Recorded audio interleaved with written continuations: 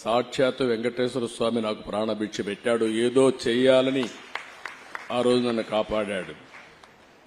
అలాంటి వెంకటేశ్వర స్వామిని నేను ప్రార్థించేది, నాకు శక్తి, సామర్థ్యాన్ని, తెలివితేటలు ఇవ్వండి.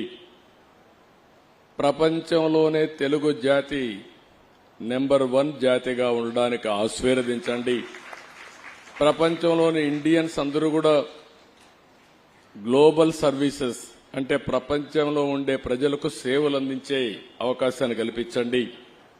ఈ దేశంలో పేదరికం లేని సమాజం, అందుకే ఇటీవల నేను మాట్లాడుతున్నా జీరో పావర్టీ.